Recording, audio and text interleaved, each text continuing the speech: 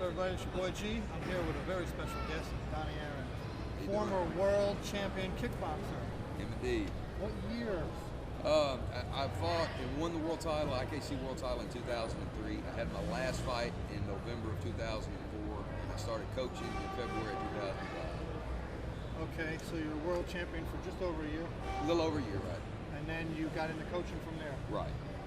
Shreveport, Louisiana. Shreveport, Louisiana. The whole time. The whole time. Hometown. Representing that dirty South, baby. That's on, right. On a world scale.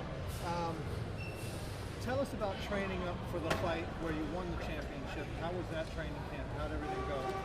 Man, you know, things were so much different then than they are now as far as the weight cut and such. You know, we tended back then to walk around closer to our fight weight and not make those massive cuts like they do now. We weren't as educated on the overhydration, dehydration, rehydration process. So you know, it was never hard for me to make weight. I never struggled to make weight.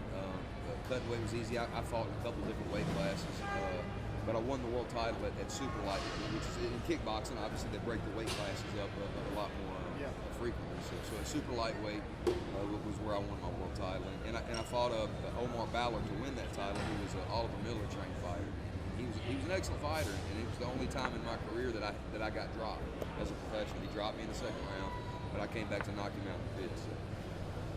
How long did it take to shake that little bit of rust off when he got you in the second round? About a whole round? You know what? It was more like a flash knockdown, and I think my feet were a little parallel.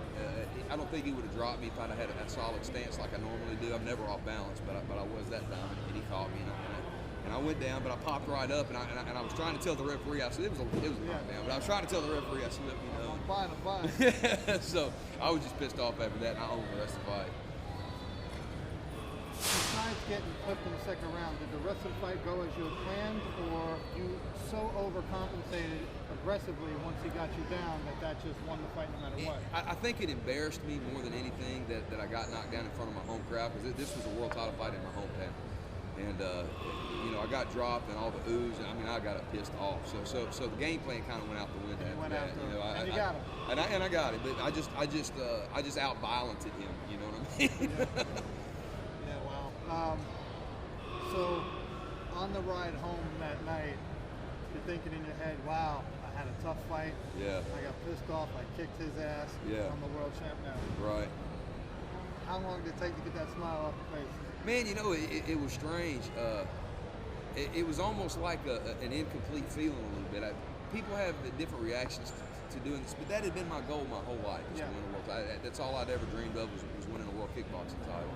And when I did it, I remember walking back to the dressing room and looking at myself in the mirror, and I was busted up real bad, and you know, waiting to go to a party with some girls and stuff, and I just remember thinking to myself, is this all there is? Is this all there is? This is all I got, you know? So needless to say, that I think that's what pushed me into an earlier retirement than I would have had. And I find much more joy in coaching. Now I can't wipe the smile off my face when Andrew wins or when Andy wins or one of the guys I'm coaching wins. I'm a much happier person as a coach than I was as a fighter. Which brings us to this. You have not one, but 2 world champions under you right now. I do. Out of how many fighters total? Pros. I've got 12 fighters. Out of 12 fighters, 2 are world champions. That's about 17%?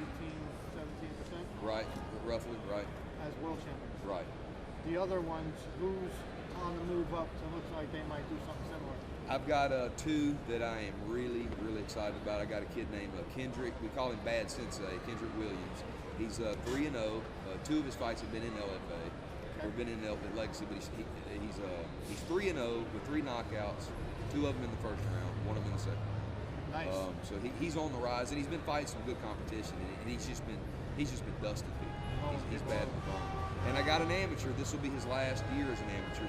He's got a fight tonight, but this should put him 6-0. He's undefeated. He's 5-0. He's undefeated in boxing. He's undefeated in Muay Thai. He's undefeated in MMA.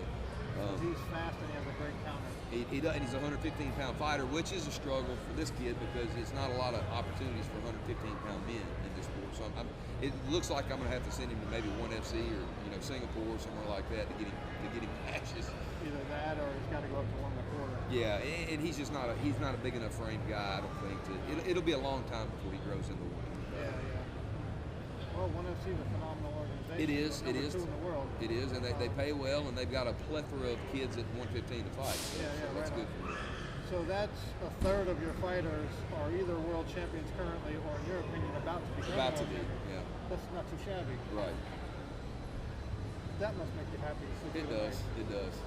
You're exhausted, and you know you got to do this with this fighter, you got to do this with this fighter, you got to do it times 12, but you still must go to sleep with a smile on your face, even though your brain never shuts down. That's right. Yeah, right on. I wake up 2 hours earlier than everybody else, already thinking about the day and what we're going to do. You know, I'm one of those guys. I don't call in sick because I just love what I do. You know, it's not work. For you, from your personal perspective, from kickboxing, from now MMA, Muay Thai, you know, the whole shebang, top 10 most important aspects of training in your eyes, what are they? We can list 10. Well, I can easily list 5. I think coachability, attitude, responsibility, athleticism, and just an indomitable spirit. You know, I need somebody with an indomitable spirit. But I think athleticism is really underplayed in mixed martial arts in general. You know, people think it's the discipline and it's the technique, which it is. It is the discipline and the technique.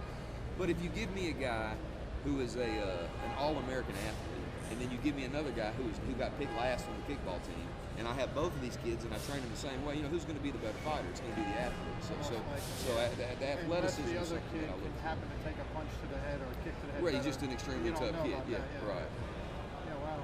And as far as things somebody might be training now, what would be a top 5, 6, or 10 list of things that are important that they should address? Cardio, reflexes, or what do you think? You know, I think one of the things I always advise young fighters is make sure you're doing this for the right reason before you do anything else. Don't do this for a popularity contest or to make your friends think you're cool, or so you can put it on Facebook and be a Facebook MMA fighter. You know, 34 fights booked, none had. Don't be one of those guys. Just make sure that you get into this for the right reason, that you love what you do, and that you're able to accept your losses as a learning experience and not as a defeating experience. Do you have any special shout-outs you want to give to anybody? I would like to, first of all, thank Clement Industries. We're here at the Mid-American Truck Show in Louisville today, and Clement Industries brought us out here to sit at their booth and let KGB and Frazier sign autographs, so that's what we're here for. And so I'd like to thank them for getting us up here to Louisville. We'll get to meet you, and I guess that's it for me. Right on. Cool deal. Want to spend some more time with you out? Sure.